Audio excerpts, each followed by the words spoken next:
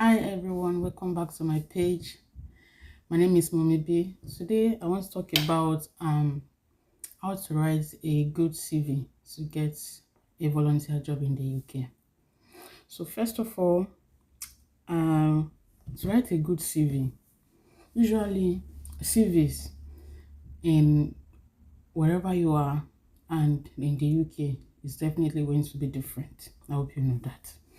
So the CV for the UK is usually very simple, just not too bogus, few words, go straight to the point, and not adding anything extra that is not relevant. Yeah, that's what I mean. So first of all, the heading.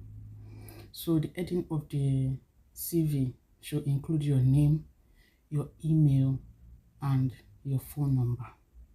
Very important. So your name should be very bold.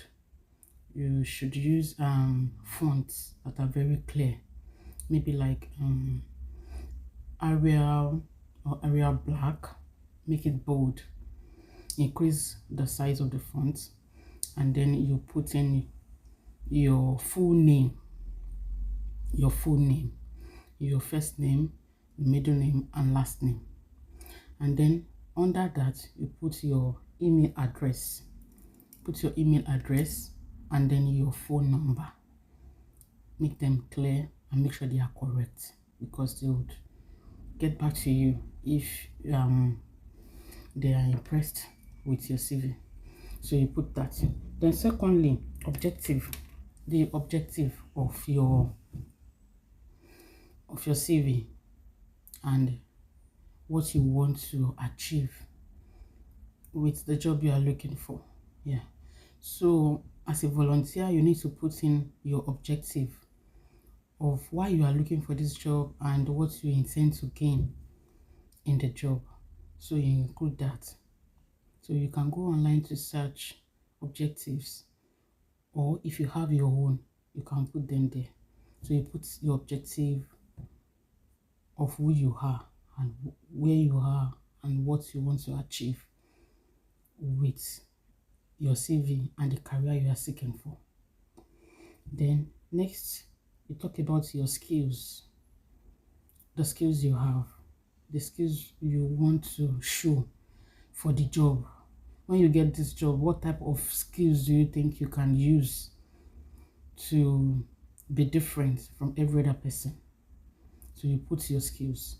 And for volunteer roles, specific roles, skills you need to include, which are very important, like good communication, compassion, record keeping, being loyal, soft skills, soft skills that can show, like you can add that you have good support skill. Yeah, you can add that one too. So just add skills that you would need as a volunteer, and then it depends on the type of career that you choose. So it will also determine the type of skills that you need to include. Yeah. Also, after that, you can add educational institutions with date. That is the schools that you attended and the dates you started and dates you finished each school, like your primary school, secondary school. If you went to College of Education or Polytechnic or University, then you had this, but you have to start from the last one you attended, maybe your university, then your secondary, then your primary, that way. Then after that, you had certificates that you have, professional certificates that you have with their dates. If you have a certificate in communication, you add it there. If you have, not, I don't mean your university certificates, professional certificates. Like you want to work as a care worker now, you need to have care certificates. So if you have care certificates, add them, the name of the certificates, where you got them from. Maybe you got them from Allison or Florence Academy. You put them there, and the dates you achieved the certificates, you put them there. Then next, you go to your volunteer experience. If you have watched my video from the beginning, if you have been following my page from the beginning, I've mentioned that you would need a volunteer experience to be able to apply for volunteer jobs. So if you have these experiences, after your certificates, put in your volunteer experience, the name of the organization, the date you started, and the date you stopped. And if you are still in volunteer, you put the day you started and you put till date to show that you are still volunteering there. So you put them there. Then when you have put that, you put all your roles and responsibility that you are doing in that position. The type of position you are doing and your roles and responsibility in that position, you put them under that. So if after you have more than one volunteer experience for different organizations, or if you have done different roles for the same organization, maybe you had a particular role and then you were promoted to another role, if you think all these volunteer roles are things you have done in that organization, put them there separately, and you put your responsibility when you started that role and when you ended the role. Everything you put them there, they can be very helpful. Yeah, so after that, you go to related job experience with dates. So the jobs you have done after you finish school, the jobs you have done, you put them down. Related jobs that make sense. Don't just put whatever that is not necessary. You know the jobs you have done that are necessary and the ones that are not necessary. So the ones you think are necessary, you put them there. Also, if you are applying for a role, maybe you're applying for a care role, and you have done you have cared for somebody in your family or friend, apart from the volunteer experience, if you have an experience with a family member or friend, put it down, put the dates there, your roles and responsibility that you did during that period, put it there. They can also help you. If you have worked as a teacher before, if you are looking for a career in teaching and you want to volunteer as a teacher in the UK, apart from your normal volunteer experience, maybe you went to volunteer so that you can get the experience. If you have done maybe teaching, maybe at home, like all those coaching, tutoring at home for your siblings, for people in your community, maybe a public or a private school in your area that you used to work for them, all these experiences can all be useful for you. Put all this down. Also, if you have volunteered during NYSC for anything, put it down. When you were in NYSC camp, if you joined any organization or society, like I joined the Red Cross, and it was what landed me this job that I am doing in the UK now. So you can put it there. Every volunteer experience that you have done, put it down. And then during your NYSC, if you were posted to a school and you want to be a teacher, put it there. If you are applying for a teaching experience and a volunteer role, put your teaching experience there. Everything you have done concerning the role you are applying for, put it down. So finally, you put in your references. Your references.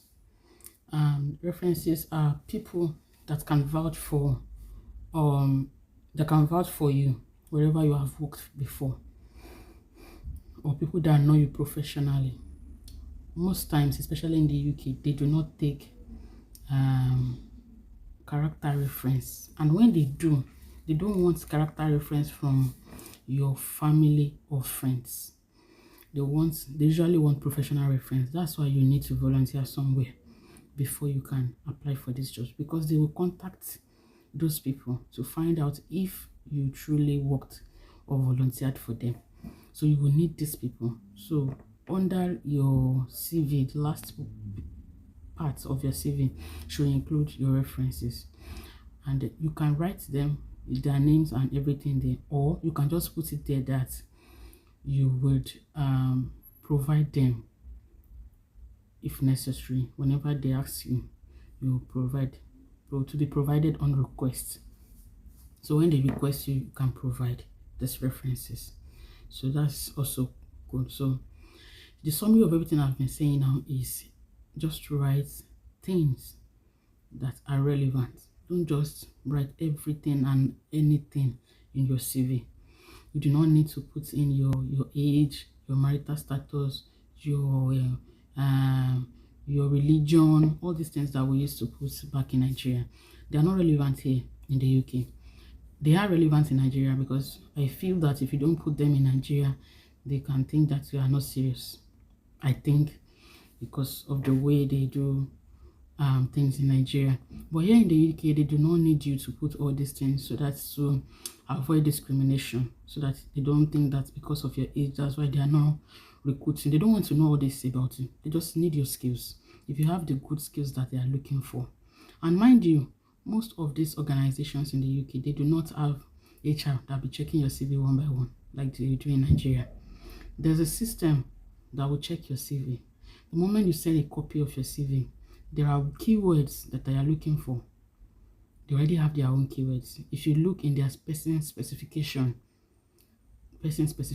is the type of person they are looking for. It's usually in the job post. When they post a job, it's usually there. So when you check the person specification, make sure the things they are looking for is what you are writing down. Because when you send your CV and they include it in their system, it sieves out every CV that does not have the keywords. So if you don't have the words they are looking for in your CV, they delete your CV. So make sure you have what they are looking for. What the person specification of the job, the keywords that they are looking for, the skills they are looking for, you include them in your soft skills and other skills. That place that's under your objective where I said you should write skills, so you put it there. The type of skills that they are looking for, you can put in there, so that when the system is screening, if it sees the keywords there, you will be selected. It's as easy as that. If you don't have the skills they are looking for, they will not pick you. There's nobody that has time to be checking your CV one by one. The system does it here. Even in Nigeria, I've worked closely with HRs while I was working in Nigeria. When I was working with OPay O-Ride, the current OPay in Nigeria. When they still had O-Ride, I was working for O-Ride, and I was the inventory manager. So I was working closely with the HR then, and I saw that they do not have time to be going through all these CVs. There are so many CVs being submitted every day. So the moment they just take your CV and they see that it's just too ambiguous, it's just going to one side. So just write simple, pick clear and legible fonts. Don't put colors on your CV. You don't need all these fancy CVs and putting your pictures. You don't need it here. I don't know about Nigeria, but here you don't need it. All you need is what I've said. Your heading, which includes your full name, clearly and bold, your email address and your phone number, and then your objective. Put your objective, your skills, educational institutions with dates, your professional certificates with dates, your volunteer experience, related job experience with dates, and reference. That's all you need. Seriously, that's all you need. If you have all that, you have everything. So thank you for coming to the end of this video with me. Until I see you in another video, please don't forget to subscribe, like, comment, and share. I'll see you in another video. Bye.